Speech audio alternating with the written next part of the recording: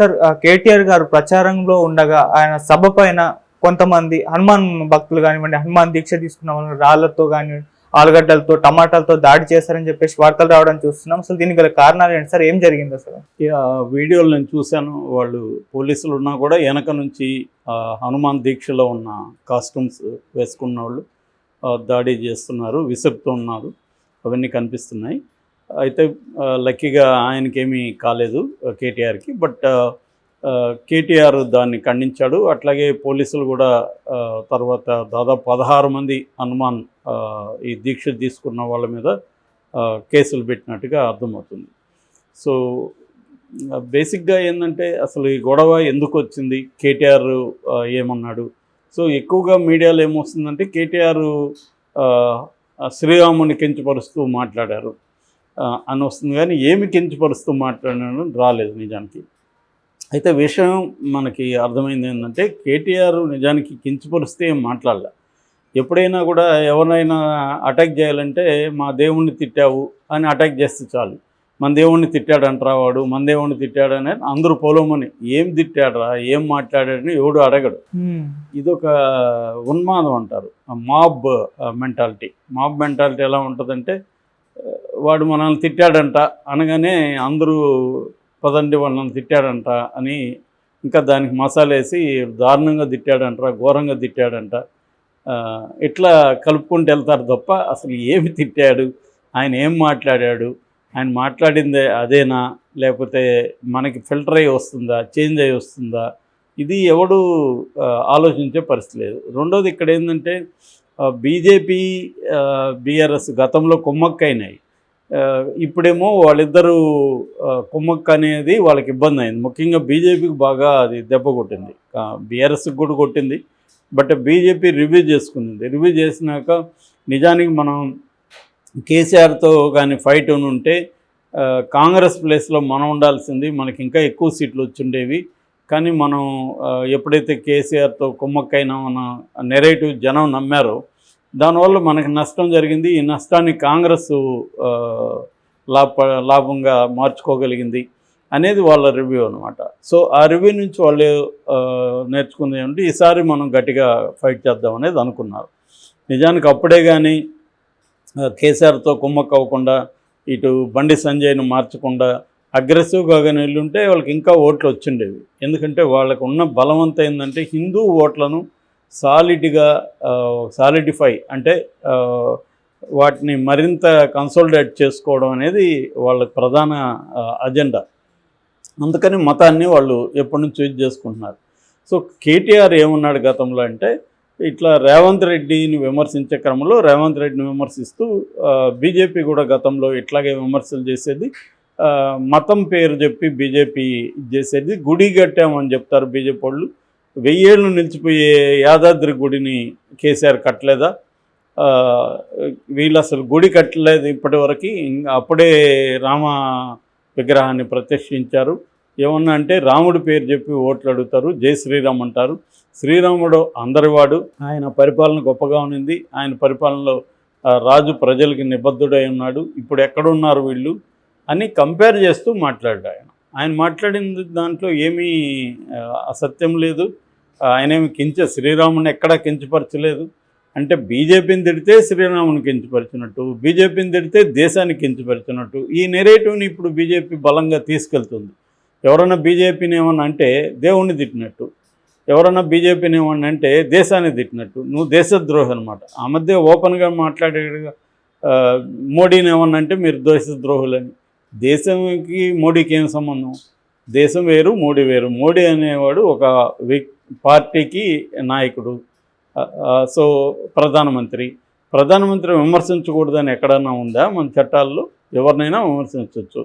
అప్పట్లో నెహ్రూనే ప్రతిపక్షాలు విమర్శిస్తుంటే ఏంటి బాబు ఎప్పుడు చూసినా మమ్మల్ని విమర్శిస్తుంటారు, నేను చేసిన మంచి పని ఒకటి కూడా చెప్పరా అని పార్లమెంట్లో అడిగినప్పుడు ప్రతిపక్ష కమ్యూనిస్ట్ నాయకుడు చెప్పింది ఏంటంటే మిమ్మల్ని పొగడ్డానికి బోల్డ్ మంది ఉన్నారు సార్, మిమ్మల్ని విమర్శించడానికి మేము కూడా విమర్శించకపోతే ఇంకెవడు విమర్శిస్తాడు, అందుకని మీరు చేసే మంచి పనుల జోలికి మేము రాము, చెడ్డ పనులు మాత్రము లేదా ప్రజలకి నష్టం జరిగేది మాత్రం మేమైతే చూపాలి, మేమైతే చూపితే ఎవరు చూపరు. పొగిడే వాళ్ళేమో చాలామంది ఉంటారు, మీకు మీ పార్టీలో ఉన్నారు, మీడియా ఉంది, చాలామంది ఉన్నారు అని అప్పట్లోనే నెహ్రూని అడిగారనమాట. అలాగా ఇప్పుడు మోడీ చేసే ప్రజా వ్యతిరేక పనులు కావచ్చు, ప్రజాస్వామిక వ్యతిరేక కార్యక్రమాలు కావచ్చు, దాన్ని ఖచ్చితంగా ప్రశ్నించాలి. ప్రశ్న అనేది లేకపోతే, ప్రశ్నించకపోతే వాళ్ళకి ఇష్టం వచ్చినట్టు చేసుకుపోతారు. ఇవాళ రాజకీయ పార్టీలు అన్నీ కూడా తమ అధికారాన్ని సుస్థిరం చేసుకోవడం కోసం లేదా తాము అధికారంలోకి రావడం కోసం ఏ పని చేయడానికైనా వెనకడట్లేదు. వాళ్ళకి నిజానికి బీజేపీకి చాలామంది అనుకుంటారు హిందువుల మీద ప్రేమ అని, అదేమీ లేదు. హిందువుల మీద ప్రేమ ఉంటే బాబ్రీ మసీదుని కూల్చింది ఇప్పుడు 92లో. శ్రీరాముడు టెంపుల్ ఎప్పుడు కడుతున్నారు? ఇప్పుడు స్టార్ట్ చేశారు, ఇంకా పూర్తి కాదు. పూర్తి కాకుండానే మోడీ ఎందుకు పోయి విగ్రహాన్ని చేశాడంటే ఎన్నికల కోసమే. మామూలుగా పూర్తి కాకుండా చేయొద్దని చాలామంది హిందూ వేద పండితులు కావచ్చు, సనాతన ధర్మాన్ని ఫాలో అయ్యేవాళ్ళు కావచ్చు, వాళ్ళందరూ చెప్పారు. రెండోది అది మోడీ చేయకూడదని కూడా వాళ్ళు చెప్పారు ఆ పని, అయినా మోడీ వినలేదు. సో వాళ్ళని కూడా దేశద్రోహులుగా ముద్ర వేసే పరిస్థితి చేశారు. సో ఒక రామ మందిరాన్ని కంప్లీట్ కాకుండానే విగ్రహాన్ని ప్రతిష్ఠించడం అనేది క్లియర్గా ఎన్నికల కోసమే చేశారు. సో ఎప్పుడో 92లో అయితే వాళ్ళు ఇప్పటివరకు ఎందుకు రామ టెంపుల్ని చేయలేదు? సో ఇదంతా క్లియర్గా ఏంటంటే వాళ్ళకి రామ మందిరాన్ని నిర్మించడం వాళ్ళ అజెండా కాదు. ఆ మందిరం చుట్టూ రాజకీయాల్ని రెచ్చగొట్టి, హిందువుల మనోభావాల్ని రెచ్చగొట్టి, హిందువులకి తాము ఛాంపియన్స్గా ప్రొజెక్ట్ చేసుకొని ఆ ఓట్లని తమకు పడేట్టుగా. వాళ్ళేమి నిజానికి ముస్లింలకి యాంటీ కూడా కాదు వాళ్ళు.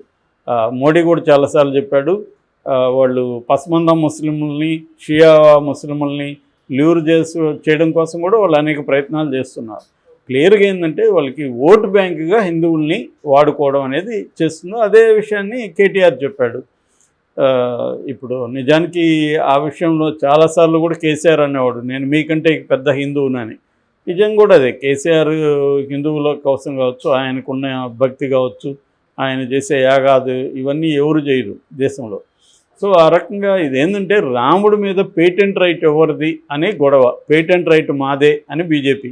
సో రాముడిని పేటెంట్ ఇంకెవరన్నా తీసుకుంటే వాళ్ళు రాముడికి వ్యతిరేకులు, లేకపోతే వాళ్ళ మీద దాడులు చేయాలి. ఇది జరుగుతుంది. ఇదే కార్యక్రమంలో బైన్సాలో కూడా హనుమాన్ భక్తులు చేశారు. దీన్ని కరెక్ట్గా రిపోర్ట్ చేయాల్సిన అవసరం ఉంది. కేటీఆర్ ఏం మాట్లాడారు అనేది అది కేటీఆర్ కూడా ఖండించినప్పుడు ఆయన కూడా చెప్పాల్సిన అవసరం ఉంది. ఎందుకంటే మీడియాలో ఎంతసేపటికి రాముడి మీద కేటీఆర్ వ్యాఖ్యలకి నిరసనగా అంటారు తప్ప అసలు కేటీఆర్ ఏం వ్యాఖ్యలు చేశాడు అనేది ఎవరు చెప్పరు. లేదా రాముడి మీద కించపరిచినందుకు దాడి అని వస్తుంది. సో ఇది రాంగ్ రిప్రజెంటేషను. కేటీఆర్ రాముడిని ఏ రకంగానూ కించపరచలేదు. ఆయన రాముడిని పొగిడాడు. అట్లాగే రాముడు బీజేపీ వాడు కాదు, అందరి వాడు అని చెప్పాడు ఆయన. బీజేపీకి ఏమి రాముడి మీద పేటెంట్ లేదు. రాముడు భారతదేశంలో ఉండే ప్రతి హిందువులకు ఆరాధ్య దైవం. సో రాముడిని కొలిచే హక్కు అందరికీ ఉంటుంది, బీజేపీ వాళ్ళకే కాదు. రాముడి పేరుతో బీజేపీ రాజకీయాలు చేస్తుంది అనేది ఆయన చెప్పదలుచుకున్న ప్రధానంగా విషయం. సో దానికి నిరసనగా నిన్న ఆయన మీద దాడులు చేశారు. ఈ మధ్యకాలంలో తెలంగాణలో ఈ హిందుత్వ మత శక్తుల దాడులు పెరుగుతున్నాయి. ఆ మధ్య కూడా వరంగల్లో సెక్యులర్ సమూహం అనే ఒక రైటర్స్ ఫోరం, అక్కడేదో మీటింగ్, అది కూడా ఇండోర్ మీటింగ్ పెట్టుకొని వాళ్ళు డిస్కస్ చేసుకుంటున్నారు. సో అక్కడ కూడా వెళ్ళి వీళ్ళు వాళ్ళ మీద దాడులు చేసి సభను ధ్వంసం చేశారు. అంటే మనకేందంటే సెక్యులర్ అనే పదం కూడా వాళ్ళకి బూతులాగా అనపడుతుంది. సెక్యులర్ ఇంకా రాజ్యాంగంలోంచి బీజేపీ తీసేయలే, ఉంది రాజ్యాంగంలో. తీయకముందే సెక్యులర్ అనే మాట కూడా వాళ్ళకి. సెక్యులర్ అంటే ఏంటి? లౌకిక రాజ్యం. మతాన్ని పర్సనల్గా ఇది చేయాలి తప్ప పబ్లిక్గా మతాన్ని ఇది చేయకూడదు, అన్ని మతాలు సమానమే అనేదే ఇక్కడ ఉంది తప్ప అది ఎవరు కూడా ఫాలో కావట్లే. అన్ని మతాల వాళ్ళు కూడా పబ్లిక్గా మనకి మార్నింగ్ లేస్తే మసీదులో నుంచి ఇది వినిపిస్తూ ఉంటుంది, గుళ్ళో నుంచి వస్తుంటాయి. నిజానికి క్రిస్టియన్లే తక్కువ, వాళ్ళు ఎప్పుడో కానీ చర్చిల్లో ఇది చేయరు. మిగతా ఈ రెండు మతాల వాళ్ళు ఎక్కడికక్కడ ఇది చేస్తుంటారు. ఎక్కువగా హిందూ మతం ఉంది కాబట్టి హిందూ మతం నాయసి ఎక్కువగా ఉంటుంది. సో దాన్ని కూడా ఎవరు ప్రశ్నించట్లేదు. కానీ ఇక్కడ నిజానికైతే గవర్నమెంట్ ఆఫీసుల్లో కానీ ఎక్కడ కానీ మతాన్ని ఫాలో కాకూడదు, కానీ అందరూ ఫాలోనే అవుతున్నారు. దాన్ని కూడా ఎవరు ప్రశ్నించలే. ఏదో సెక్యులరిజాన్ని కూడా మనం కాపాడుకోవాలని ఒక మాట్లాడిన దానికి కూడా దాడులు జరుగుతున్నాయి. సో ఖచ్చితంగా ఇది కేటీఆర్ మీద జరిగిన ఈ దాడిని ఖండించాల్సిన అవసరం అయితే ఖచ్చితంగా ఉంది. ఎందుకంటే డెమోక్రసీలో సహిష్ణుత అంటారు, టాలరెన్స్ అంటారు. టాలరెన్స్ అనేది వెరీ ఇంపార్టెంట్.